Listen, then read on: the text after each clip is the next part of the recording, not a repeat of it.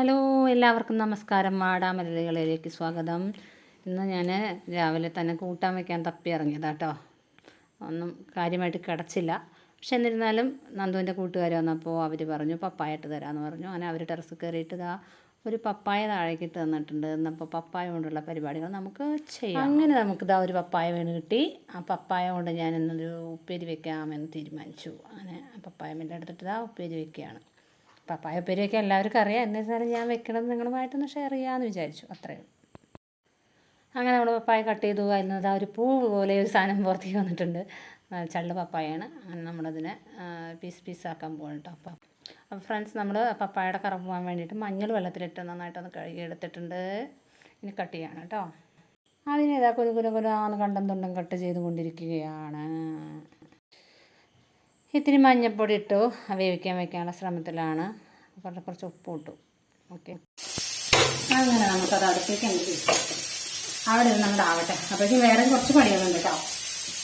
അങ്ങനെ ഇപ്പോൾ ഇതിലേക്ക് കാച്ചാൻ വേണ്ടിയിട്ട് ഇത്തിരി ചെറിയ ഉള്ളിയും വെളുത്തുള്ളി ചതച്ചതും ഇച്ചിരി ഉണക്കമുളകും ചതച്ചതും കറിവേപ്പിലയും അതുപോലെ തന്നെ തേങ്ങയും ഇതൊക്കെ കൂടിയൊന്ന് മൂപ്പിച്ചെടുക്കാം. ഓക്കെ, അങ്ങനെ നമ്മുടെ പപ്പായ വെന്ത് സെറ്റായി വന്നിട്ടുണ്ട്. നല്ല ഒരു മഞ്ഞപ്പൊടിയുടെയും ഒക്കെ ഒരു മണം വരേണ്ട വെള്ളമൊക്കെ വറ്റി. അങ്ങനെ ചൂടായ ചട്ടിയിൽ എണ്ണ മൂത്തുകൊണ്ടിരിക്കുമ്പോഴത്തേക്കും അല്പം കടുക് എടുത്തിട്ട് അതിലേക്ക് കടപടയെന്ന് പൊട്ടാനായിട്ടിട്ട് അതിനുശേഷം മറ്റുള്ള ഇൻഗ്രീഡിയൻസ് നമ്മൾ അവിടെ ചതച്ച് വെച്ച ഐറ്റംസ് എല്ലാം അങ്ങോട്ട് ഇട്ടു. എന്നിട്ട് അങ്ങോട്ട് സ്വസ്ഥമായി അങ്ങ് വഴറ്റി കൂടെ സ്വല്പം കറിവേപ്പിലയും കൂടെ ഇട്ടു.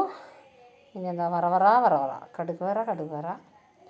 അതിനിടയിൽ എന്തൊന്ന് മൂത്ത് വരുമ്പോഴാണ് നാളികേരം ഇടണം കേട്ടോ. അങ്ങനെ എല്ലാം ചേർത്ത് നടക്കി തേങ്ങ ഇട്ടിട്ടുണ്ട്. തേങ്ങ അധികം മൂക്കാൻ പാടില്ല, അപ്പോൾ ടേസ്റ്റ് ഉണ്ടാവില്ല. എല്ലാം കൂടി അങ്ങ് വഴറ്റി ലെവലാക്കിയതിന് ശേഷം നമുക്കിത് വേവിച്ച് വെച്ചിട്ട് മഞ്ഞളിൽ ആറാടിയിരിക്കണ ഈ ഒരു മിശ്രിതം അതിലേക്ക് ചേർത്ത് നന്നായിട്ട് അങ്ങോട്ട് ഇളക്കി കൊടുക്കാം.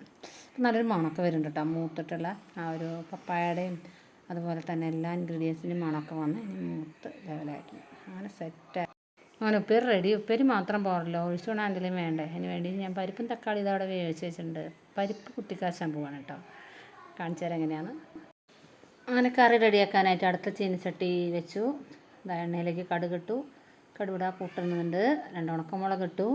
അതിൻ്റെ കൂടെ തന്നെ ചെറിയ ഉള്ളിയും വെളുത്തുള്ളിയും കൂടെ ചതച്ച് ചേർത്തു.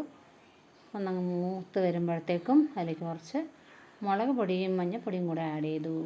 അതിനുശേഷം നമ്മൾ വീണ്ടും ഇവിടെ റെഡിയായി വെച്ചിരിക്കുന്ന പരിപ്പും തക്കാളിയും വേവിച്ച് വെച്ചിട്ടുണ്ട്. അതിടാനുള്ള ശ്രമത്തിലാണ്. കുറച്ച് കറിവേപ്പിലയും കൂടെ ഇട്ട് മൂത്ത് മണം വരുമ്പോൾ നമ്മളിവിടെ റെഡിയാക്കി വെച്ച ആ ഒരു കറിക്കൂട്ട്, ഒന്നുമില്ല, പരിപ്പും തക്കാളിയും വേറെ ഒന്നുമില്ല, അതങ്ങോട്ട് ഒഴിച്ച് സെറ്റാക്കി. വാ, എന്താ കറി! ചടപടയെന്ന് കറി. ഒഴിച്ചു കൊണ്ടാണുള്ള പരിപ്പ് കുത്തിക്കാച്ചി ആയിട്ടുണ്ട്. ഇനി അടുത്തൊരു ചമ്മന്തി കൂടെ ആവാമെന്ന് വിചാരിച്ചു സൈഡ് ഡിഷായിട്ട്. അതിന് ചെറിയ ഉള്ളി, തേങ്ങ, ഒരു കുഞ്ഞു വാളമ്പുളിയുടെ കഷ്ണം, മാങ്ങയിഞ്ചി, കറിവേപ്പില, ഉപ്പ് എന്നിവ ചേർത്ത് ജാറിലേക്ക് അങ്ങോട്ട് ഒരു അങ്ങോട്ട് കൊടുത്തു. അങ്ങനെ ഒന്നങ്ങോട്ട് കറക്കി വെള്ളം ചേർക്കാതെ അങ്ങോട്ട് പൊടിച്ചെടുത്ത് അത് സൈഡ് ഡിഷാക്കാനുള്ള ശ്രമമാണ്. നല്ലൊരു മാങ്ങയുടെ ഫ്ലേവർ വരുന്നുണ്ട് കേട്ടോ. അങ്ങനെ ഒരു പൊടി ചമ്മന്തിയും റെഡിയാക്കി. അപ്പം അങ്ങനെ എല്ലാവരും ഊണ് കഴിക്കാൻ ഞങ്ങളുടെ കൂടെ വരൂ. അങ്ങനെ എല്ലാം റെഡിയായി. നല്ല വിശപ്പ്. ഇനി അടുത്ത കലാപരിപാടിയിലേക്കാണ് പോകുന്നത്. ഇവിടെയാണ് ശരിക്കുള്ള പെർഫോമൻസ്. ചോറ് വിളമ്പെടുത്തു. നമ്മുടെ പപ്പായ തോരൻ, ഇന്നത്തെ രാജ, നമ്മുടെ സ്പെഷ്യൽ മാങ്ങ ഇഞ്ചി ചമ്മന്തി, അതുകൂടെ ഒരു കഷ്ണം ഒരു ലോവിക്ക. എൻ്റെയും കുഞ്ഞുക്കളുടെ ഫേവറേറ്റ് സാധനം കേട്ടോ അത്. ലോവിക്ക ഉപ്പിലിട്ടതാണ്. ലോവിക്ക ഉപ്പിലിട്ടത്. പിന്നെ നമ്മുടെ പരിപ്പ് കുത്തിക്കാച്ചി എന്ന് വിളിക്കുന്ന ഈ മിശ്രിതവും കൂടെ അങ്ങോട്ട് ഒഴിച്ചു. എന്നിട്ട് ആദ്യത്തെ ഉരുള കുഞ്ഞുക്കിളിക്ക് കൊടുക്കാൻ പോവാണ് കേട്ടോ. കുഞ്ഞുക്കിളി കൊതിയോടെ വായ തുറന്നിരിപ്പുണ്ട്. അപ്പോൾ എല്ലാവർക്കും വീഡിയോ ഇഷ്ടമായി എന്ന് കരുതുന്നു. Tata, bye bye.